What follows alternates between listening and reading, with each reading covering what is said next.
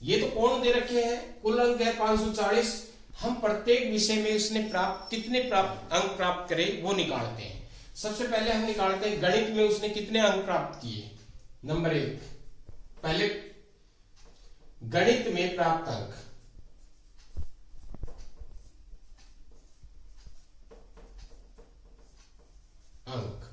तो गणित में उसने कितने अंक प्राप्त करे ये ज्ञात करने के लिए पहले इसको हम भिन्न में बदले तो ये होगा 90 बटे में, 90 कितने में से है टोटल 360 में से, तो 90 बटे में 360 और इसको अगर हम काटे तो कितना आता है 1/4 भाग। गणित में प्राप्त अंक कितना है 1/4 भाग, कितने का 540 का, 540 का 1/4 भाग। तो अंकों में बदलेंगे तो इसको 540 गुणा में 1/4। तो अब हम इसको काट देते हैं, 4 एकम 4, 1 4 14 हो गए, 4 दूनी 8, 4 तिया 12, 2 0, 4 पंजे 20। तो 135 अंक उसने गणित में प्राप्त किए। गणित में कितने प्राप्त किए उसने 135। इसी तरह हम सभी का निकाल सकते हैं।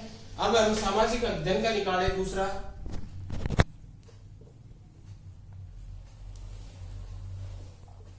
में प्राप्त अंक हम डायरेक्ट भी निकाल सकते हैं, जैसे कि इसका कोण कितना है 65 बटे में 360 और गुणा में टोटल अंक कितने 540। सीधा भी निकाल सकते हैं, जैसे कि हमने भाग निकाला, भाग निकालने की बजाय क्योंकि ये 65 बटे 360 ये भाग हो गया और ये 540 में से निकालना है तो गुणा में हमने 540 करना, तो हमने यहाँ भी 540 गुणा कर दिया। काटते हैं तो 0 से 0 कट गया, 12 से कट रहा है, 12 तिया 36, 12 से नहीं कट रहा, ये नहीं आ जा रहा, 18 से कट रहा, 18 दूनी 36 और 18 ती 54। अब आगे नहीं कट रहा, ये 2 से नहीं कट रहा तो इनकी गुणा कर देंगे, 65 तिया 5 तिया 15, 6 तिया 18, 19 बटे में 2 और पॉइंट में बदलेंगे तो 9 दूनी 18, 9 7 14, ना 7 दूनी 14 और 2 पंजे 10, 9 दूनी 18 एक बच गया, 7 दूनी 14 एक बच गया, 0 2 पंजे 10, यानी 97.5। सामाजिक अध्ययन में इसने कितने अंक प्राप्त करे 97.5। विज्ञान में इसी तरह हम विज्ञान का निकाल लेंगे। विज्ञान का होगा, विज्ञान का कोण कितने का है 80 का, तो 80 बटे में 360 गुणा में 540, 1 0 से 1 0 कटेगा। अब सीधा ही वही उसी तरह कटेगा, 18 दूनी 36, 18 ती 54, 40 में कट गया, 4 तिया 12, 120 अंक। विज्ञान में कितना अंक प्राप्त करें 120। हिंदी में आ जाते हैं, हिंदी में कितने अंक प्राप्त करें 70 बटे में 360 गुणा में 540, 0 से 0 कटेगा, वही आ जाएगा, ये सब 2 और ये 3, ये 35 और 35 दिया 105। तो हिंदी में 105 अंक प्राप्त करे हैं उसने। पहला प्रश्न का आंसर आ गया, किस विषय में विद्यार्थी ने 105 अंक प्राप्त करे, हिंदी में उसने 105 अंक प्राप्त करे। अंग्रेजी का और निकाल लेते हैं। अंग्रेजी का है 55 बटे में 360 गुणा में 540, 1 0 से 1 0 कटेगा, 18 दूनी 36, 18 ती 54, अब ये नहीं कट रहा तो ये होगा 165 बटे में 55 तिया 165, 5 तिया 15, 5 तिया 15, 116, 165 बटे 2, तो ये होगा 8 दूनी 16, 2 दूनी 4, 82.5 अंक उसने अंग्रेजी में प्राप्त किए। और अगर इनको हमने बांटने के बाद ये भी ध्यान देना है कि अगर हम इनको जोड़े, इसको 135 को, 97.5 को, 120 को, 105 को और 82.5 को, तो इन सब का जोड़ है 540 आना चाहिए। कुल अंक कितने 540, तो इन सभी का जोड़ कितना आना चाहिए 540। तो अगर हम जोड़ के देखें, ये 97.5 है और ये 82.5 है, तो ये होगा 100, 180 हो गया। इन दोनों का जोड़ कितना होगा 180। 180 20, 120 कितना होगा 300, 300 400 500 35 और 5 40, तो 540 हो गया। अब पहले प्रश्न का आंसर देते हैं हम, किस विषय में उस विद्यार्थी ने 105 अंक प्राप्त करे। तो सभी के हमने निकाल लिए, तो 105 किसका है, हिंदी का। तो पहले प्रश्न का आंसर आ गया हिंदी में विद्यार्थी ने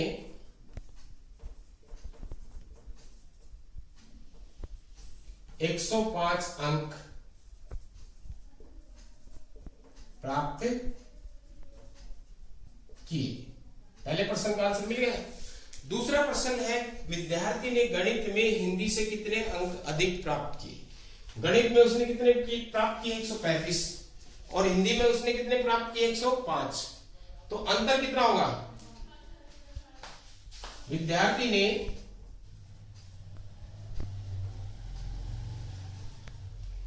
गणित में हिंदी से जितने अंक अधिक प्राप्त किए,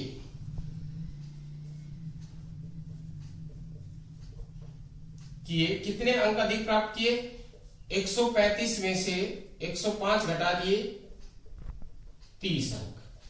तो विद्यार्थी ने गणित में हिंदी से कितने अंक ज्यादा प्राप्त किए, 30 अंक ज्यादा प्राप्त किए। दूसरे प्रश्न का आंसर भी हमें मिल गया। अब तीसरा प्रश्न मैं पहले भी बता चुका, पहले भी डिस्कस कर चुके कि विज्ञान और हिंदी में प्राप्त अंक गणित और सामाजिक विज्ञान में प्राप्त अंकों से कम है। तो हम अगर अब हमें अंक भी प्राप्त हो गए तो हम विज्ञान और हिंदी के अंकों का योग कर लेते हैं। विज्ञान और हिंदी का अंकों का योग कितना होगा 225। तो यहां तीसरा प्रश्न हम लेंगे विज्ञान और हिंदी के अंकों का योग बराबर कितना होगा 120 प्लस में 105 225। और इसी तरह हम गणित और सामाजिक अध्ययन के अंकों का योग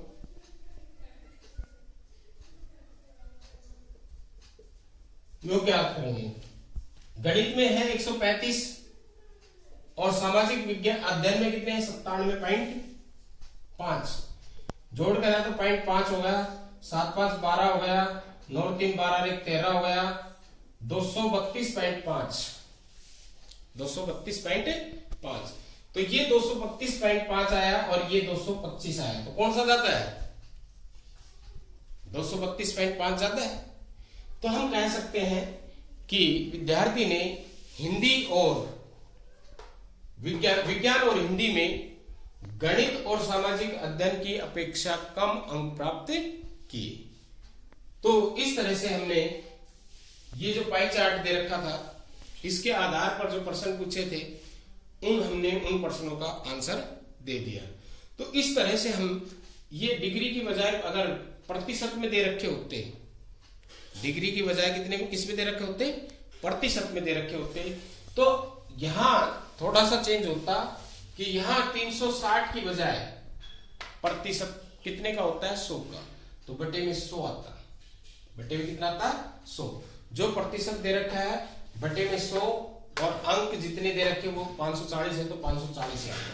तो इस तरह से प्रतिशत में दे रखा हो, ये दो चीजों में दे रखा होता है, या तो प्रतिशत में दे रखे होते हैं या डिग्री में दे रखे होते हैं। अगर प्रतिशत में दे रखे हैं तो बटे में हम 100 करेंगे और अगर डिग्री में दे रखा है तो बटे में हम कितना करेंगे 360। बस इतना अंतर है, बाकी उसी तरह से हमने हल करना है। तो ये था एक क्वेश्चन। तो बच्चों हमने एक क्वेश्चन डिस्कस कर लिया, पाई चार्ट दे रखा था उसके आधार पर जो क्वेश्चन दिए हुए थे उनको हमने फाइंड आउट कर लिया। अब दूसरा क्वेश्चन है देते हम, यह है किसी छात्रावास में विभिन्न भाषाएं बोलने वाले विद्यार्थियों की संख्या नीचे दी गई है।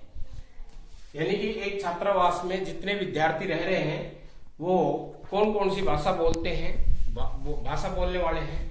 तो हिंदी बोलने वाले 40 है, अंग्रेजी बोलने वाले 12 है, मराठी बोलने वाले 9 है, तमिल बोलने वाले 7 है, बंगाली बोलने वाले 4 है, और इस तरह से योग कितना है 72 विद्यार्थी उस छात्रावास में रह रहे हैं।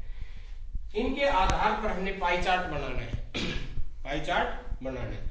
तो पाई चार्ट बनाने के लिए सबसे पहले हमने केंद्रीय कोण ज्ञात करने पड़ेंगे इनके सभी के। तो पहले हम यहां लेते हैं भाषा, ये आ गया। दूसरा विद्यार्थियों की संख्या,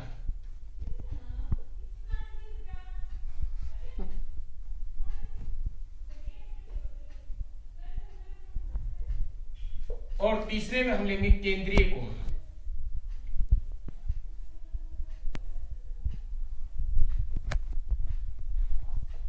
केंद्रीय कोण, भाषा पहले हिंदी,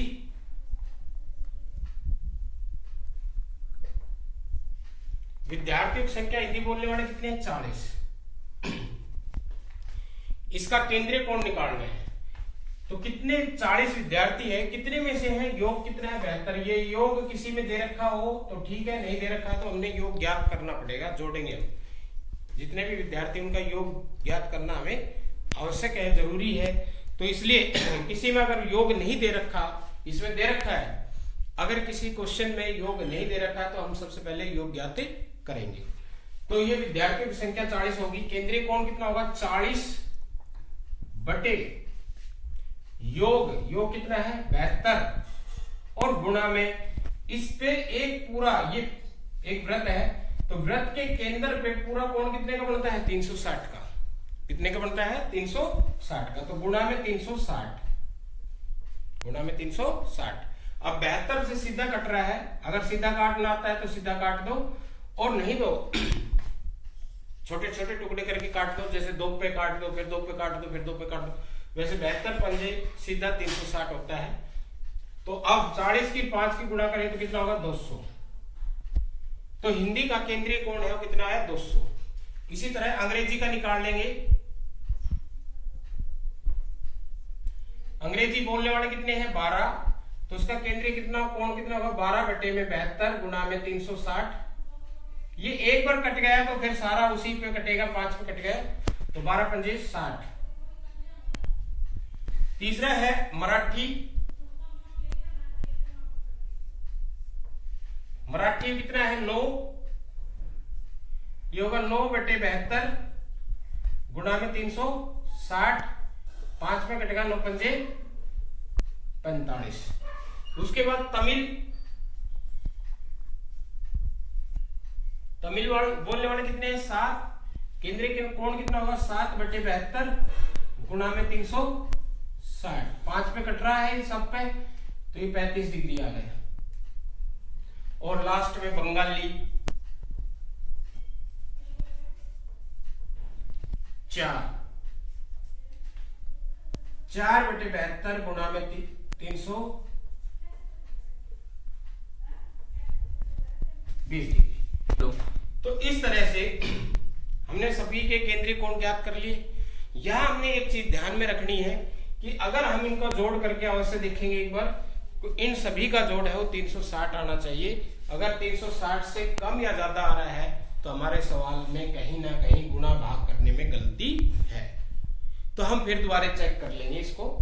तो हमने सबसे पहले ये देखना है इनका जोड़ है वो 360 है या नहीं। 360 से कम आ रहा है या ज्यादा आ रहा है तो निश्चित रूप से हमारे कहीं कैलकुलेशन में, कहीं गुणा भाग में गलती हुई है। तो उस गलती को हमने चेक करना है और ढूंढना है और फिर सही करना है। पाई चार्ट बनाने से पहले हमने इसको सही करना है। अगर ये 360 से कम या ज्यादा आ रहा है तो इस पाई चार्ट को बनाने का कोई औचित्य नहीं है, क्योंकि ये पहले ही हम गलती कर चुके हैं और इसको खींच करके फिर हम एक गलती और कर रहे हैं। तो अब हमने ये एक वृत्त खींच दिया, इसको हमने पाई चार्ट, इसमें पाई चार्ट बनाना है। तो सबसे पहले हम इसमें एक जो त्रिज्या है खींच देंगे, केंद्र से एक रेखा खंड खींच देंगे जो परिधि तक जाता है, कहीं पर भी खींच देंगे। अब पहला कोण है 200 का, अब 200 का कोण तो इससे बनेगा नहीं। क्यों नहीं बनेगा? क्योंकि इससे हम D से अधिकतम कोण 180 डिग्री का बना सकते हैं। कितने का बना सकते हैं? 180 डिग्री का। तो क्या करें, हम इस कोण को छोड़ देंगे, ये बाकी के कोण बनाएंगे। ये सारे तो बन सकते हैं D से। तो सबसे पहले हम 60 डिग्री का कोण बनाएंगे। कैसे बनाएंगे?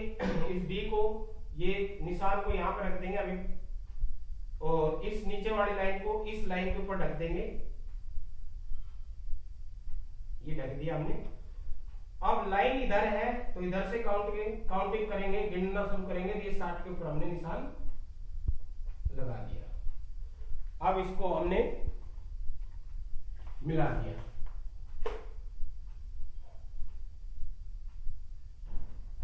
तो ये 60 डिग्री का कोण हमारा बन गया। कितने का बन गया? 60 डिग्री का। उसके बाद हमने कितने का बनाना है? 45 का। अब 45 का बनाना है लेकिन किस पे बनाए? इस लाइन पे या इस लाइन पे? अब इस लाइन को छोड़ देंगे। अब इस लाइन के ऊपर हम 45 डिग्री का कोण बनाएंगे। बीच में रखेंगे वही उसी तरह, इसको ढक देंगे इससे। इस साइड लाइन है तो इस साइड से काउंटिंग करेंगे, 40 और यह 5, 45 होगा। इसको हम मिला देंगे फिर।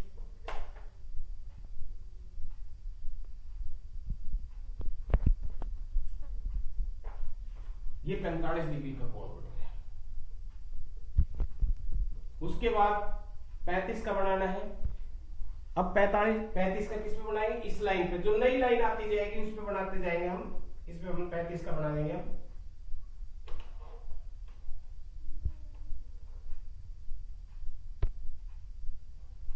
ये 30 और ये 5,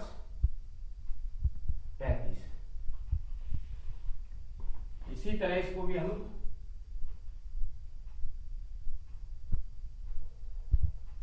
मिला देंगे। 35 का बन गया ये। फिर लास्ट कितना है? 20 का। अब जो नई लाइन आई है इसके ऊपर हम 20 का बना देंगे।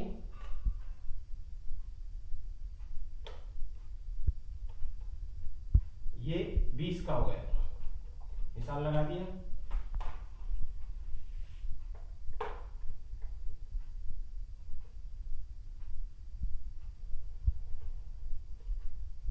ये 20 डिग्री का होगा। अब जो नीचे बच गया ये निश्चित रूप से 200 डिग्री का बच गया, क्योंकि इन सबका जोड़ है वो 360 हो रहा है। अगर हमने ये सही बनाए हैं 60 का, 45 का, 35 का, 20 का और ये, तो 200 का बच जाएगा। ये लास्ट में कितने का बच जाएगा? 200 का। अब हम इसको लिख देते हैं। 60 किसका है ना, 200 किसका है? हिंदी का। तो यहां हिंदी लिख देंगे। 60 किसका है? अंग्रेजी का। तो यहां अंग्रेजी लिख देंगे इसके अंदर।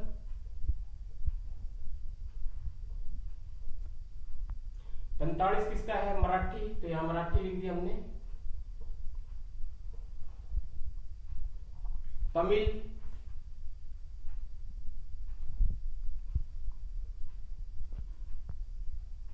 और ये बंगाली।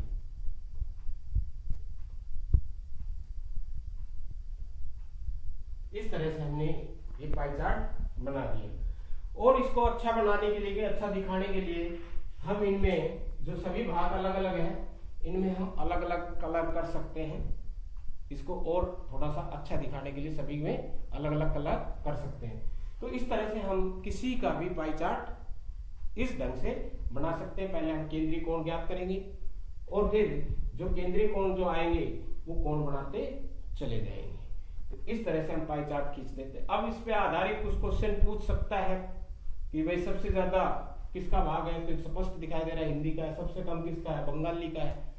ठीक है, ये पूछ सकता है हिंदी बोलने वाले अंग्रेजी बोलने वाले से कितने ज्यादा है? तो यहाँ संख्या दे रखी है, संख्या से निकल जाएगा। किसका केंद्रीय कोण किस ज्यादा है, किसका कम है? तो इस तरह के प्रश्न वो पूछ सकता है, तो हम आसानी से बता सकते हैं। तो ये दो ही है, एक तो पाई चार्ट दिया हो उसके आधार पर उसको हल करना और दिए हुए प्रश्नों का आंसर देना, एक इस तरह से दे रखा हो और उसका हमने पाई चार्ट बनाना। आज के लिए इतना ही। धन्यवाद।